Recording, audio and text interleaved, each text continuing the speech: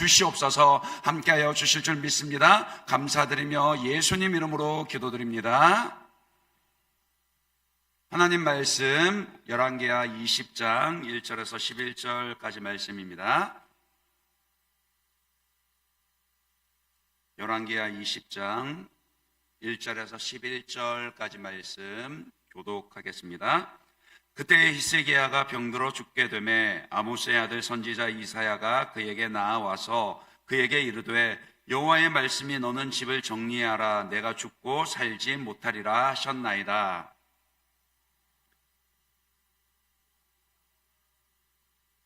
여호와여 구하오니 내가 진실과 전심으로 주 앞에 행하며 주께서 보시기에 선하게 행한 것을 기억하옵소서 하고 히스기야가 심히 통곡하더라.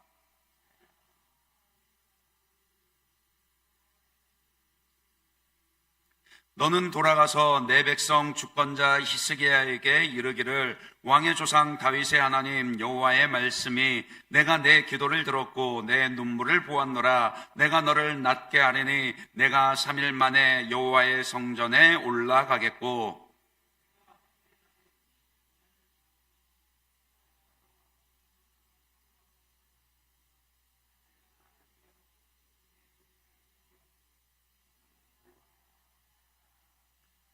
이사야가 이르되 무화과 반죽을 가져오라 하매 무리가 가져다가 그 상처에 놓으니 나으니라.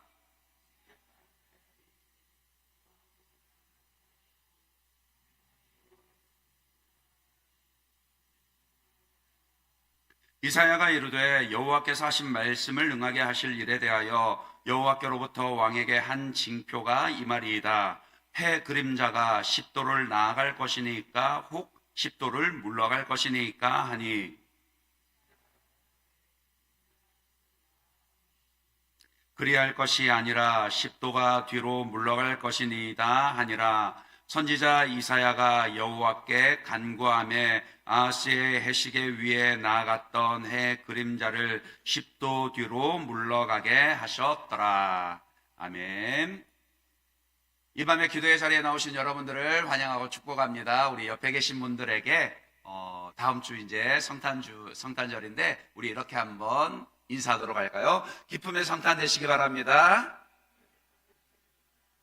네, 우리 다른 분들 향해서도요, 기쁨으로 충만한 성탄 되시기 바랍니다. 네, 여러분의 모든 심령과 가정마다 성탄의 기쁨으로 충만하기를 주님의 이름으로 축복합니다. 여호와 라파, 우리 하나님은 치료의 하나님이십니다. 출애굽기 15장 26절에 보시면은 하나님이 분명히 이렇게 말씀하셨죠. 이르시되 너희가 너희 하나님 나 여호와의 말을 들어 순종하고 내가 보기에 의를 행하며 내 계명의 귀를 기울이며 내 모든 규례를 지키면 내가 애굽 사람에게 내린 모든 질병 중 하나도 너희에게 내리지 아니하리니 나는 너희를 치료하는 여호와임이라. 나는 너희를 치료하는 여호와임이라. 하나님은 분명하게 그렇게 말씀하셨습니다. 그래서 신약에 이르러서도 성도들에게 어떻게 권면을 합니까? 야고보서 5장 16절입니다. 잘 아시는 말씀이죠. 같이 한번 읽어볼까요?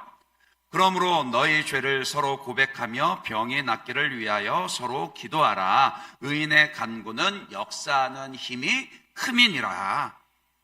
분명히 너희 죄를 서로 고백하고 병이 낫기를 위하여 서로 기도하라. 그렇게 말씀을 하셨습니다.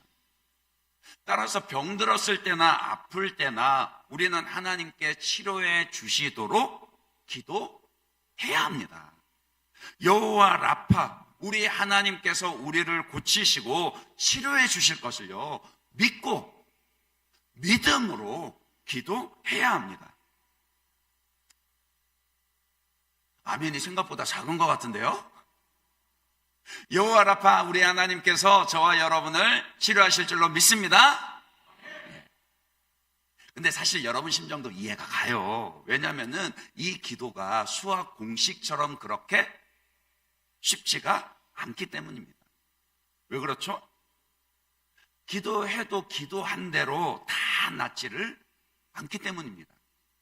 나는 마음을 다해서 기도했는데 낫지 않을 때도 많이 있어요. 하나님, 왜 내 기도는 듣지 않으시는가? 내가 하나님의 말씀에 순종하지 않아서일까? 아니면 내 믿음이 약해서, 내 믿음에 의심하는 것이 있어서 그래서 병이 낫지 않는 것인가? 이런 생각하게 되죠. 병이 낫지 않는 것만으로도 고통스럽고 힘들지만은 응답이 없으면 내 믿음을 의심하게 되고 하나님을 신뢰하지 못하게 되니 그것이 더 힘들어집니다. 그래서 병이 들어도 감히 병 낫기를 기도하지 못하는 그런 모습을 보게 되는 것 같습니다. 그러나 분명히 알아야 할 것은요, 다른 기도도 마찬가지지만 이 병 낫기를 구하는 기도도 우리의 공로와 자격으로 응답을 기대하는 것이 아니라는 거예요. 우리가 하나님께 아뢰는 모든 기도는 오직 예수 그리스도의 공로를 힘입어 드리는 겁니다. 따라서 기도의 응답을 받는다라면 그것은 나 때문이 아니라요, 예수의 이름 때문입니다. 병 낫기를 구하는 기도도 마찬가지라고요. 이사야 53장 5절 말씀에 보면은 뭐라 그랬습니까? 예수님에 대해서 예언을 하셨는데 한번 읽어봐 주시겠어요? 같이 하십니다. 시작.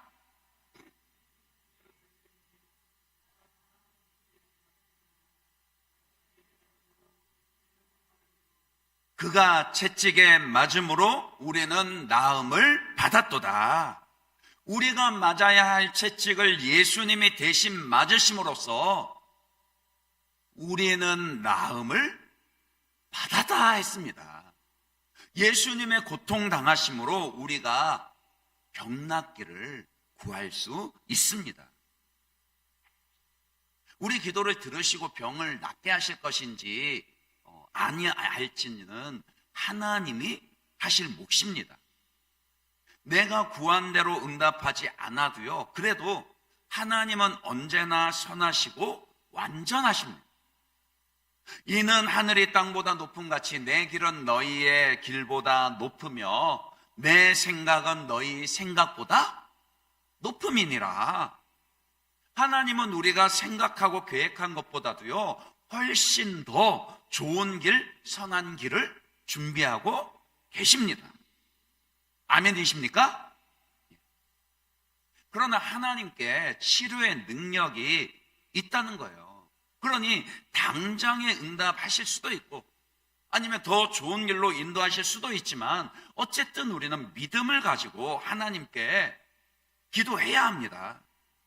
하나님의 선하심을 신뢰하는 믿음을 가지고 예수의 이름 의지해서 지금 나의 병 낫게 해주시기를 구해야 한다라고요. 오늘 본문에서도 그 점을 확인할 수 있습니다. 히스기야 왕이 죽을 병에 걸렸어요. 1절에 보시면은 그때의 히스기야가 병들어 죽게 되매 그랬습니다. 그것도 이사야 선지자가 직접 와서 너는 집을 정리해라, 네가 죽고 살지 못하리라 예언을 전해주죠. 그러니까 오늘날로 치면은요, 의사가 시한부 선고를 한 셈입니다. 사람들마다 다양한 반응들을 볼 수 있겠습니다만은 히스기야는 그냥 주저앉지 않았습니다. 대신 뭘 선택했죠? 기도하는 것을 선택했습니다.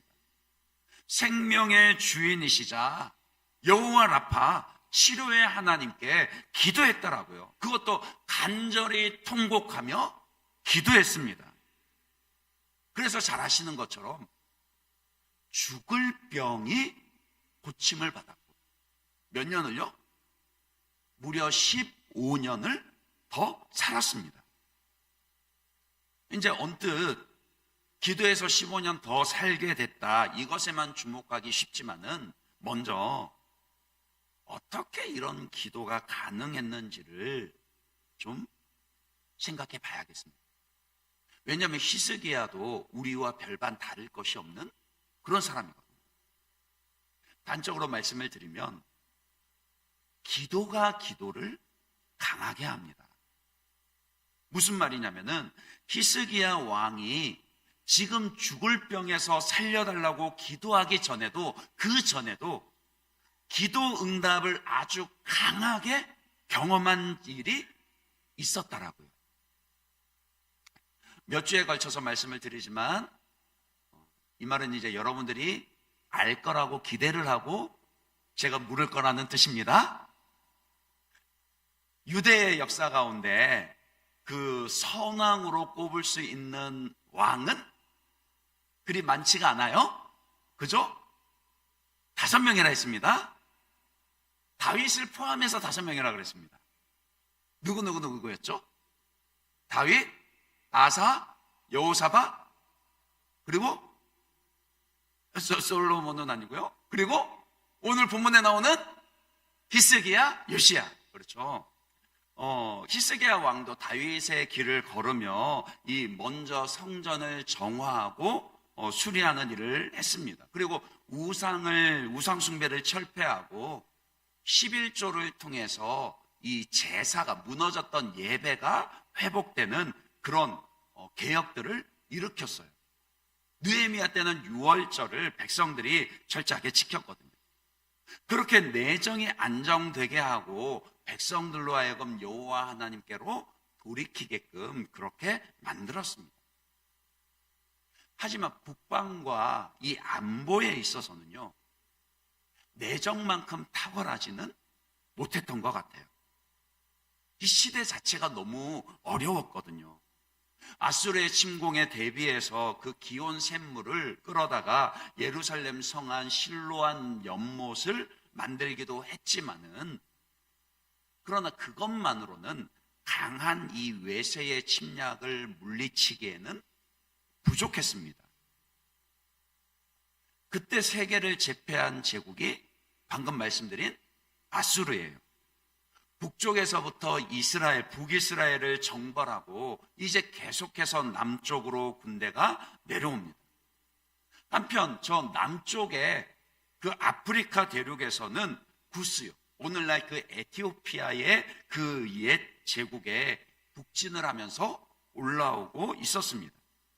그러니까 마치 우리나라 역사 가운데 중국과 일본 사이에 끼었던 것처럼 이 히스기야 시대가요, 북쪽으로는 아수르, 남쪽으로는 이 구스와 애굽의 연합군, 그 사이에 끼어서 아주 위태로운 그런 시기였습니다. 특히 BC 722년에 북이스라엘이 아수르에게 멸망하고 말았는데, 그 아수르는 남유다 왕국에도 아주 큰 위협이 됐습니다. 그러니까 열왕기하 19장, 오늘 함께 읽은 본문 바로 앞에 열왕기하 19장은 그런 배경의 말씀입니다. 아수르 왕 사네립이 군대 장군 그 랍사게를 지휘관으로 세워서 이제 남쪽의 유다도 정벌하도록 그 군대를 보냈거든요. 그때 사네립은 북이스라엘이 정복한 그 지역 가운데 림나에 주둔을 하고 있었습니다. 그 혹시 그 사진으로라도 예루살렘 사진 보신 적이 있으신지 모르겠는데, 이 예루살렘은 지리적으로 천혜의 요새거든요. 그러니까 그 고원지대긴 하지만 평야 가운데 그 예루살렘만 우뚝 솟은 그 산 위에 있습니다. 그래서 그 점령하기가 만만치가 않습니다. 그래서 이 사네립도 군대를 이끌고 와서는 쉽게 예루살렘 성을 향해 쳐들어가지는 못하고 빙 둘러서 성을 포위하고 있는 거예요. 그러고는 계속해서 이간계를 펼칩니다. 하루가 멀다 하고 그 앞에 목청 큰 군사들을 세워서 유다의 백성들에게 너희 히스기야에게 속지 마라. 히스기야도 또 너희의 신 여호와도 절대 너희를 구원해 줄 수 없다. 그렇게 이제 큰 소리를 치면서 회유를 합니다. 이 아주 교묘한 심리전을 펼친 거죠. 이 사람이요, 사람이 참 웃기고도 약하거든요. 처음 들었을 때는 무슨 얼토당토하는 소리야, 이렇게 반응을 하고 넘어가지만 이 틀린 말도 자꾸 계속해서 틀다 보면은 어떻게 돼요? 진짜 그런가? 이렇게 가만히 있다가 개죽음 당할 바에야 그냥 빨리 항복해서 아수르 군대를 받아들이는 게 더 나은 거 아닌가? 백성들이 이런 생각을 하기 시작했다라는 거예요.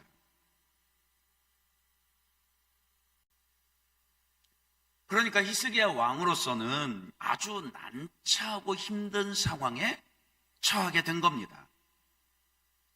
그때 그가 선택한 게 뭐였다고요? 기도였습니다. 한번 보실까요? 열왕기하 19장 14절에서 19절입니다. 앞서 히스기야가 그 사네립이 이끌고 온 그 군대를 앞두고 이런 기도를 했다라고요. 히스기야가 사자의 손에서 편지를 받아보고 여호와의 성전에 올라가서 히스기야가 그 편지를 여호와 앞에 펴놓고 그 앞에서 히스기야가 기도하여 이르되 그룹들 위에 계신 이스라엘 하나님 여호와여, 주는 천하 만국의 홀로 하나님이시라. 주께서 천지를 만드셨나이다. 여호와여, 귀를 기울여 들으소서. 여호와여, 눈을 떠서 보시옵소서. 사네립이 살아계신 하나님을 비방하러 보낸 말을 들으시옵소서. 여호와여, 아수르 여러 왕이 과연 여러 민족과 그들의 땅을 황폐하게 하고 또 그들의 신을 불에 던져 싸우니 이는 그들의 신이 아니요 사람의 손으로 만든 것 곧 나무와 돌뿐임으로 멸하였나이다. 그러나 우리 하나님 여호와여, 원하건대 이제 우리를 그의 손에서 구원하옵소서. 그리하시면 천하 만국의 주 여호와가 홀로 하나님이신 줄을 알리이다 아니라. 그날도요, 그 위기 앞에 마주친 그날도 항복을 권유하는 랍사가의 편지를 들고 성전에 올라가 그것을 아예 하나님 앞에 펼쳐놓고 그렇게 간절히 기도했습니다. 어쨌든 히스기야는 기도하면서 그런 기도를 했는지 모르겠습니다만은 아마 히스기야가 그런 위기 순간 기도하면서 이런 기대하지 않았을까 싶어요. 그렇지 않나요? 하나님이 내 기도 들어주시면 사네립 왕이 마음을 바꿔서 급하게 사신을 보내 저 군대를 물러가게 하겠지? 그리고 화친을 맺게 하려나? 혹시 그게 아니라면 저 지금 멀리 남쪽에서 구스와 애굽의 연합군대가 올라온다는데 그들이 어떤 수를 써서 하루아침에 하나님이 짠 하고 도달하게 하셔서 지들끼리 서로 싸우느라 우리가 구원을 받을 수 있지 않을까? 이런 기대 했을 것 같아요. 하지만 하나님의 응답은 전혀 달랐습니다. 열왕기하 19장 35절에서 37절입니다. 먼저 하나님이 그 히스기야의 기도 가운데 어떻게 응답을 하셨는지를 한번 보십시오. 같이 읽어보겠습니다. 같이 읽습니다. 시작. 이 밤에 여호와의 사자가 나와서 아수르 진영에서 군사 18만 5천 명을 친지라. 아침에 일찍이 일어나 보니 다 송장이 되었더라. 아수르 왕 사네립이 떠나 돌아가서 니느웨에 거주하더니 그가 그의 신 니스록의 신전에서 경배할 때에 아드람멜렉과 사레벨셀이 그를 칼로 쳐 죽이고 아라랏 땅으로 그들이 도망하며 그 아들 에살핫돈이 대신하여 왕이 되니라. 보세요. 하나님이 어떻게 응답을 하셨다고요? 하루아침에 18만 5천 명이나 되는 군대를 몰살시켜 버리셨습니다.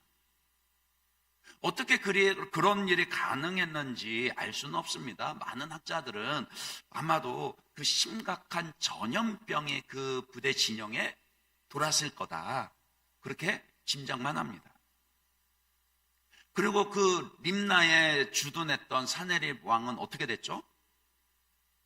18만 5천 명이나 되는 대군이 갑작스럽게 하루아침에 죽어버리니까 급하게 본국으로 회군했습니다. 그런데 자기 나라 돌아가서 수도 니느웨에서 제사 드리다가 반역으로 그만 살해를 당하고 말았습니다. 그러니까 히스기야가 하나님 앞에 엎드려서 간절히 기도했더니 살아계신 하나님, 전능하신 하나님께서 역사를 움직이시며 그렇게 응답을 기적적으로 하셨다라는 거예요. 다시 오늘 본문으로 돌아와서 20장 1절에서 말하는 그때가 1절의 그때가 바로 이때입니다. 말하자면은 좀 살만해졌다라는 뜻이, 눈앞에 닥쳤던 큰 위기 넘기고 이제 숨 좀 돌리고 안심하고 발 뻗고 편안하게 좀 살려나 싶었는데 딱 그런 마음 먹은 그때라는 거예요. 삶이 그렇게 녹록지가 않습니다. 고생해서 집도 장만하고 자녀들 대학 보내고 시집장가 다 보내고 이제 편안하게 좀 살 수 있나 싶었는데 병이 찾아옵니다. 암이랍니다. 그러니까 우리 인생에 단 한순간도요, 하나님의 은혜가 없어도 되는 때는 없다라고요. 생각해 보세요. 이제 큰 고비 간 넘기고 살만하나 싶었는데 너는 네 집 정리해라. 네가 죽고 더 이상 살지 못할 거다. 이 말씀, 청천벽력과도 같은 이 말을 들었을 때 히스기야의 심정이 어땠을 것 같습니까? 하지만 히스기야에게 기도로 큰 고비를 넘긴 경험이 있었습니다.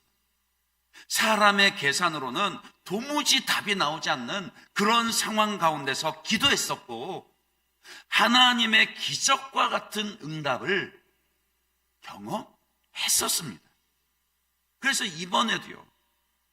이번에도 기도해도 죽을지 살지 알지 못했지만 일단 뭐라고요?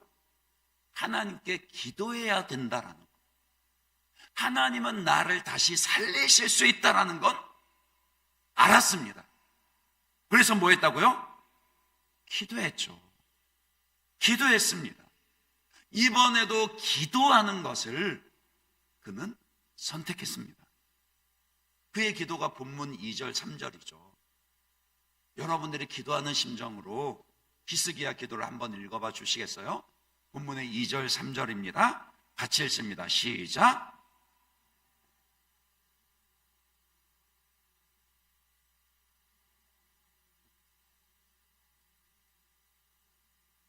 주께서 보시기에 선하게 행한 것을 기억하옵소서 하고 히스기야가 심히 통곡하더라.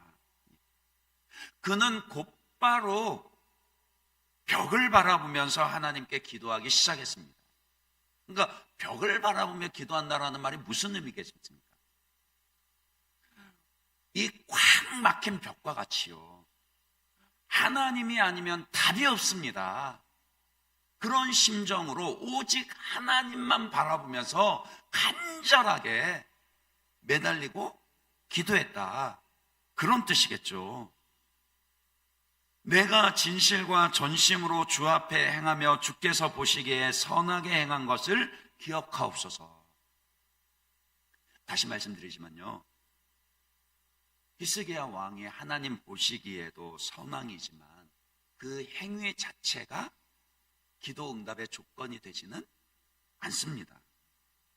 하지만 동시에 하나님은요, 살아계신 하나님은 인격적인 하나님이시기에 그것 바라보면서 소원을 비는 겁니다.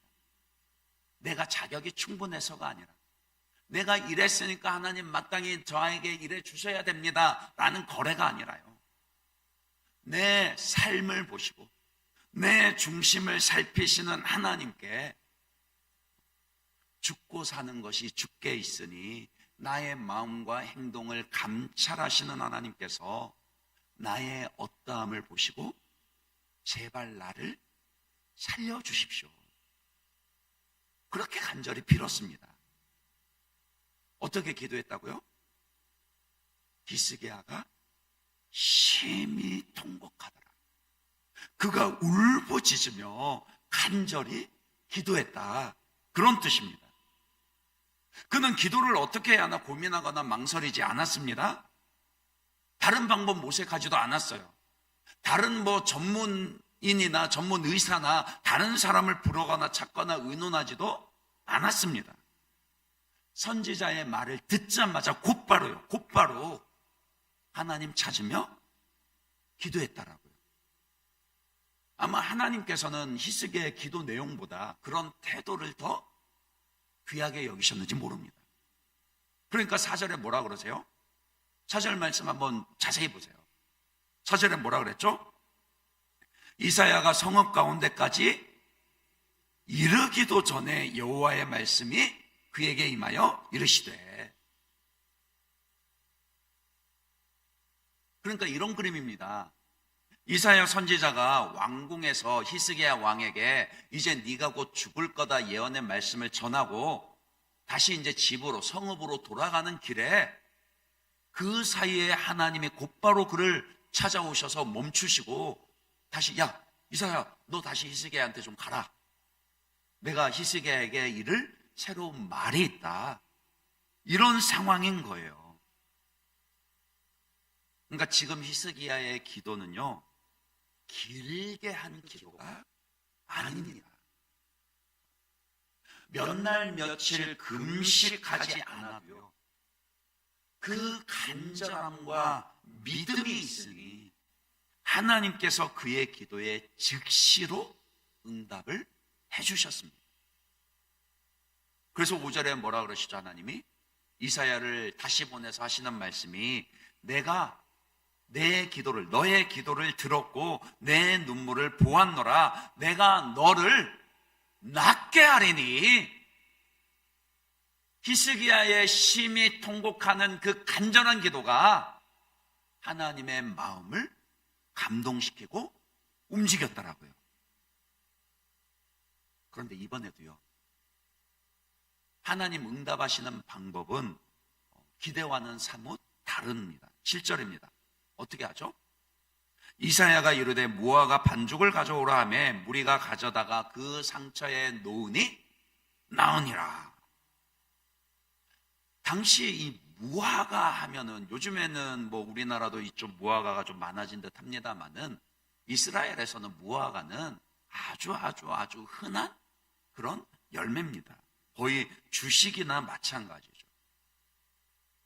그러니까 하나님이 병을 낫게 하셔요. 죽을 병을 낫게 하시는데 특별한 약초도 아니고 그냥 시키면은 당장에 주방에서 구해올 수 있는 그런 무화과 반죽이라는 거예요. 상처, 그거 얹어서 상처가 낫기는 했습니다.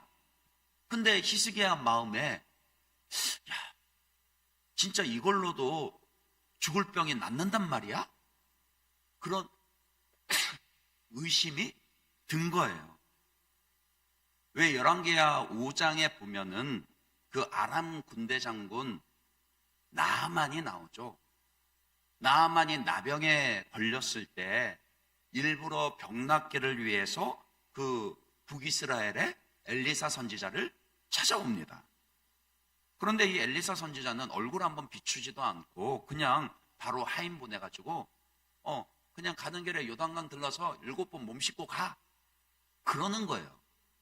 나아만 장군이 노발대발 했습니다.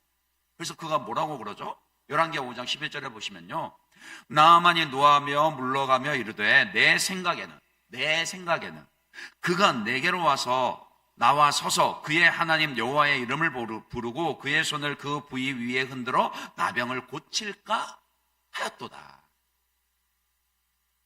그러니까요, 기도할 때 우리가 항상 주의해야 하는 것 중에 하나는 하나님이 꼭 내 생각대로만 응답을 해 주셔야 한다라는 그런 기대입니다.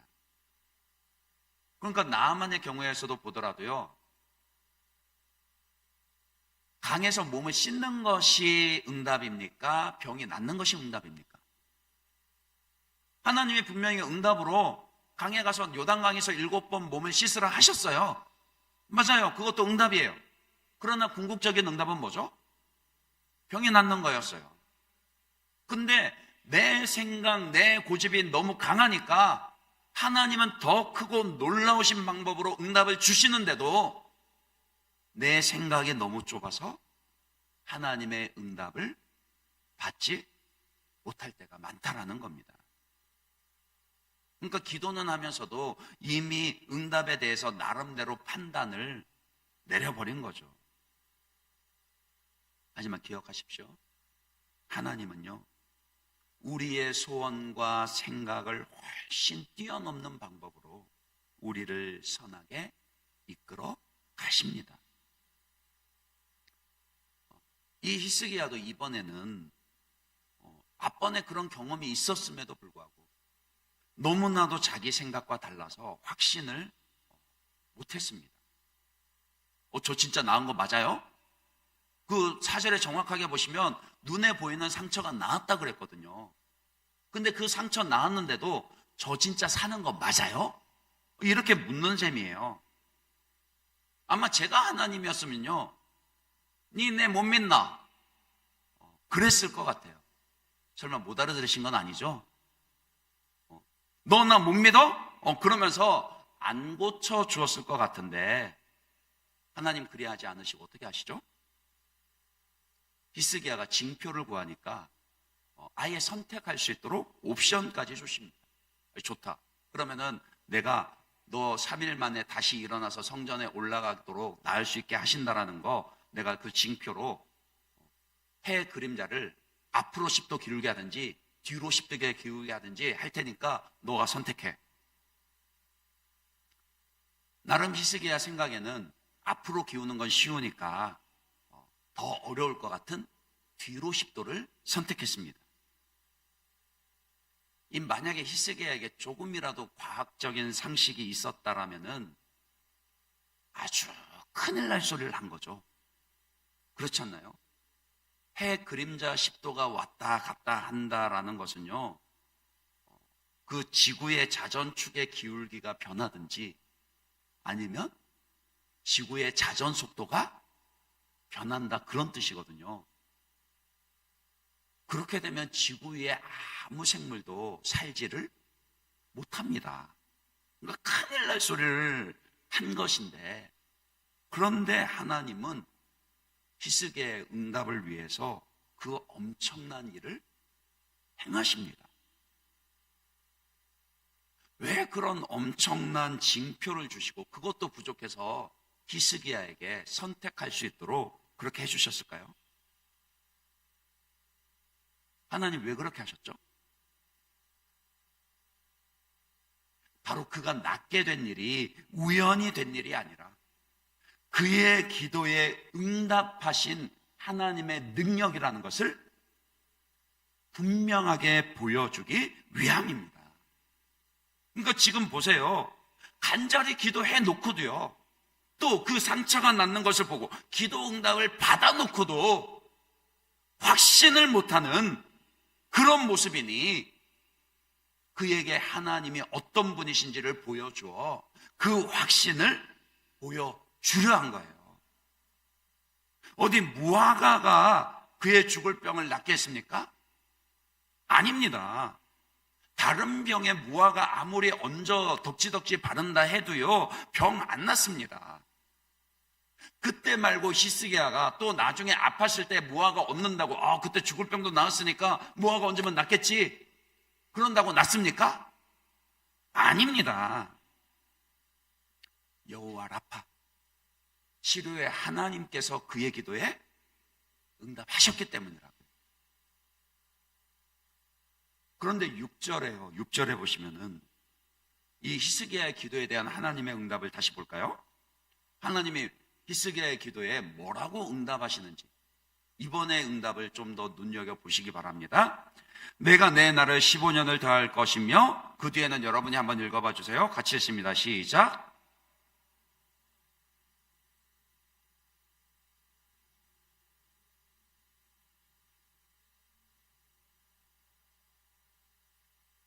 보세요. 좀 궁금하지 않나요? 이상한 생각 들지 않아요? 하나님이 히스기야가 병 낫기를 기도했었고 그의 병을 낫게 하시는데 단지 그냥 내가 너를 낫게 하겠다, 너를 3일 만에 성전에 올라갈 정도로 회복시키겠다, 그렇게 끝내지 않으시고요. 뭐라고 응답을 하시죠? 그러니까 정리를 하면 이렇습니다. 첫째, 너를 낫게 할 거다. 둘째, 너와 이 성을 아수르의 손에서 구원할 거다. 셋째, 다윗을 위해서 이 성을 보호할 거다. 왜 이런 식으로 하나님이 응답하시고 약속을 주시죠? 일단 히스기야의 그 병의 원인이 무엇이었을까요? 정확하게 밝히고 있지는 않지만은 우리가 앞서 살펴봤던 아수르의 침공으로 인해 너무 말하자면 스트레스를 받았기 때문이지 않을까 싶습니다. 이거는 망고 제 상상입니다. 정확한 거는 나중에 천국에 가서 히스기야 왕에게 직접 물어보시기 바랍니다. 근데 사람 몸이 스트레스를 받으면 그렇잖아요. 그 상처가 낫지 않은 것도 스트레스로 인한 염증 반응이었을 수 있습니다. 그러니까 하나님은 이 히스기야 왕에게 주신 이 세 가지 응답을 곰곰이 생각을 해보면 하나님이 당장의 병만 낫게 하시는 것이 아니라 그 병의 원인이 되었던 아수르로부터 너와 이 성을 구원하고 계속해서 이 성을 보호하겠다. 그러니까 그 병의 원인까지도 없애주신 겁니다. 그리고 더 중요한 이유는요, 1절에 보시면은 히스기야에게 그 시한부를 선고하실 때 하나님이 먼저 뭐라 그랬죠? 네가 죽고 살아나지 못하리라 이렇게만 말씀하신 게 아니라 뭐라 그러셨죠? 너는 집을 정리하라. 이 말씀에 힌트가 있습니다. 25살의 왕위에 오른 히스기야 왕이 병에 걸린 것은 39살 때입니다. 그리고 오늘 본문에서 확인한 것처럼 기도해서 병이 낫고 15년의 수명을 더 연장을 받았습니다. 그래서 54세 사망했어요. 그 뒤를 이어서 아들 므낫세가 왕이 되는데, 므낫세가 몇 살에 왕이 됐는지 아세요? 12살에 왕이 됩니다. 그러니까 계산이 되시나요? 히스기야 왕이 15년 수명 연장을 받은 날 중에 누구를 낳은 거예요? 아들 므낫세를 낳은 거예요. 그러니까 지금 39살 병으로 죽게 되었을 때 왜 굳이 그에게 너의 집을 정리하라 말씀하셨는가? 왜냐하면 지금 그에게는 자식이 없기 때문이거든요. 왕의 사후에, 즉 왕자, 직계 자손이 없으니 왕위가 흔들리게 될 것은 불을 보듯 뻔하고 겨우 그 눈앞의 위기로부터 구원을 받았지만은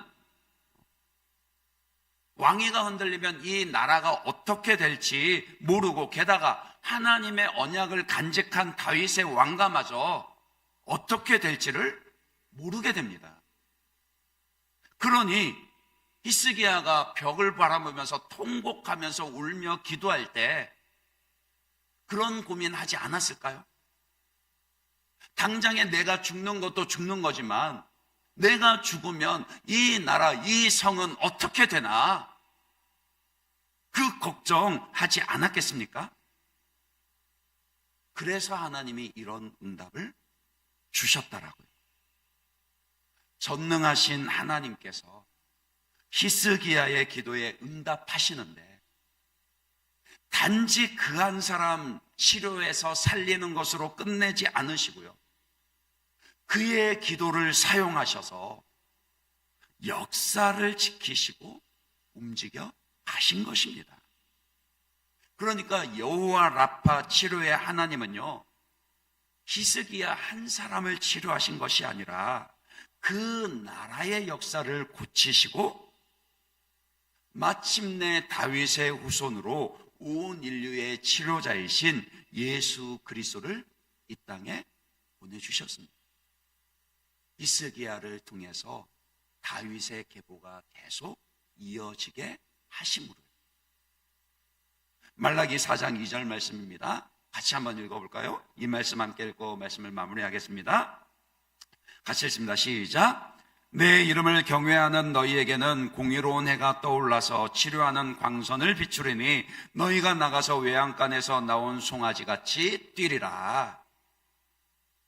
치료의 하나님께서 병든 우리들에게 치료의 광선을 비추시는데 공의로운 해가 떠올라서 그 빛을 비출 것이라 그렇게 약속하시고 말씀하셨습니다. 병든 우리에게 치료의 광선을 비추시는 공의로운 해가 누구시겠습니까? 요한복음 1장 4절에 그 안에 생명이 있었으니 이 생명은 사람들의 빛이라. 생명의 빛으로 오신 예수 그리스도십니다. 전능하시고 완전하신 하나님은 우리 개개인의 기도에